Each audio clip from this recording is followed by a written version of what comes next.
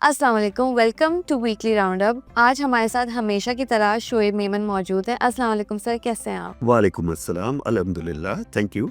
Sir पिछले week की performance के बारे में अगर बात की जाए तो क्या रिव्यू रहेगा आपका उसके बारे में? जी, जैसा कि हमने पिछले वीक मेंशन किया था कि ये वीक जो है वो last week of the year 2024 है, जिसमें रोल ओवर होगा और जिसमें ज़ाहिर है स्कैरसिटी ऑफ फंड्स जो है वो होता है, क्योंकि हर एक ने अपनी बुक्स क्लोज करनी होती है। तो बैंक्स जो कि फंडिंग प्रोवाइड करते हैं वो भी अपनी बुक्स को जो है वो फिर प्रॉपर करने के लिए ज़रा फंडिंग को कम कर देते हैं। इसी तरीके से ब्रोकर्स जो है वो अपनी बुक्स को बैलेंस करते हैं ईयर एंड पे। तो उसमें जो है इस बिकॉज ऑफ दीज रीजंस हमें एक्सपेक्टेशन थी कि मार्केट जो है वो रेंज बाउंड रहेगी, though we saw some wide fluctuations during the week. Market जो है वो तकरीबन फर्स्ट सेशन फ्राइडे को आई थिंक 2% अराउंड क्लोज हुई है नीचे।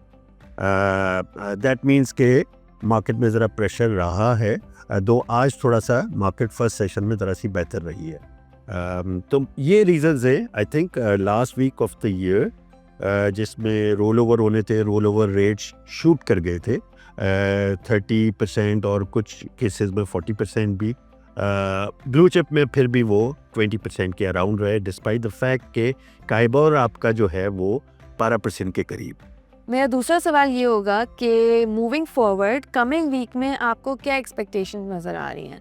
जी देखें, स्टार्टिंग फ्रॉम नेक्स्ट वीक, हालांकि मंडे जो है would still be the part of the current year, लेकिन इसमें जो भी परचेजेज या सेल्स होंगी उनकी सेटलमेंट जो है वो न्यू ईयर में फॉल करेगी।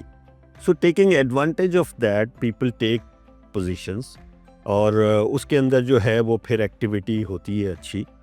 तो हमें लगता है कि मार्केट जो है वो बेहतर परफॉर्म करेगी next week, unless we see some unforeseen events, unexpected events.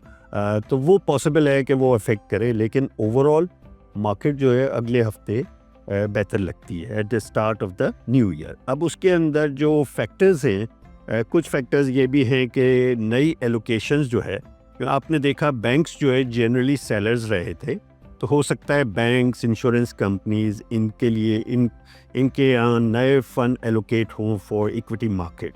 इसी तरीके से जो कॉरपोरेट्स हैं वो भी उन्होंने फंड्स को सब्सक्रिप्शन म्यूचुअल फंड्स खरीदे थे, यूनिट्स खरीदे थे।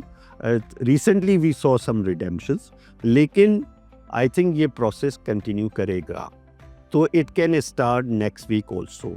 सो ओवरऑल आई थिंक मार्केट बेहतर लगती है। बैंक्स के ऊपर एक एक्सपेक्टेशन है कि 4 से 5% कॉर्पोरेट टैक्स रेट जो है वो शायद बढ़ा दिया जाए।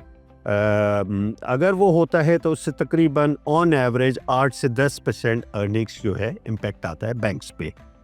However to a large extent that is built into the prices, क्योंकि आप देखेंगे कि बैंक्स ने रिसेंटली थोड़ा सा अंडर परफॉर्म किया है। सो आई थिंक इसमें ये है कि थोड़ी बहुत एक इनिशियल जर्क लेके आई थिंक बैंक्स जो है वो बेहतर हो जाएंगे, क्योंकि ये कॉर्पोरेट टैक्स रेट जो है अगर इम्प्लीमेंट होता है that will replace the ADR based taxation. So banks would generally be okay with that in my view. My last question would be कि आपको कौन से सेक्टर्स बेटर परफॉर्म करते हुए नज़र आ रहे हैं? देखें, ऑटोज़ के नंबर्स आएंगे क्योंकि वो बुकिंग्स होती हैं, तो दिसंबर के नंबर्स तो इतने इंकरेजिंग नहीं होंगे, बट आई थिंक जनवरी की बुकिंग्स जो है बहुत ज़बरदस्त होंगी। So I think on the expectation of better bookings कुछ ऑटो स्टॉक्स जो है वो परफॉर्म करेंगे। ओके। लाइकवाइज ऑयल जो है continues to remain the top sector, because अगर किसी के पास भी अच्छा पैसा आता है तो वो पैसा लगाने के लिए फिर स्टॉक्स जो है वो यही है, OGDC, PSO, PPL। तो उस हिसाब से अगर आप देखें तो आई थिंक ऑयल जो है वो will continue to do well. Fertiliser के नंबर्स भी आ जाएंगे, दिसंबर के नंबर्स, और थोड़ा क्लैरिटी आ जाएगी। देयर वर सम इश्यूज लेकिन December is always a good month for fertiliser sales. So अगर वो अच्छे नंबर आते हैं तो आई थिंक फर्टिलाइज़र भी बेहतर परफॉर्म कर सकते हैं। Cements have been underperforming because cements में अभी तक कोई डिमांड किकिंग नहीं हुई है, but I think with low interest rates I think we should see some demand picking up in cements. Okay. Thank you so much, Shoaib bhai, for taking out the time out for us. You are welcome. For any more questions, drop them in the comment section below and don't forget to follow us on our social media platforms. Thank you.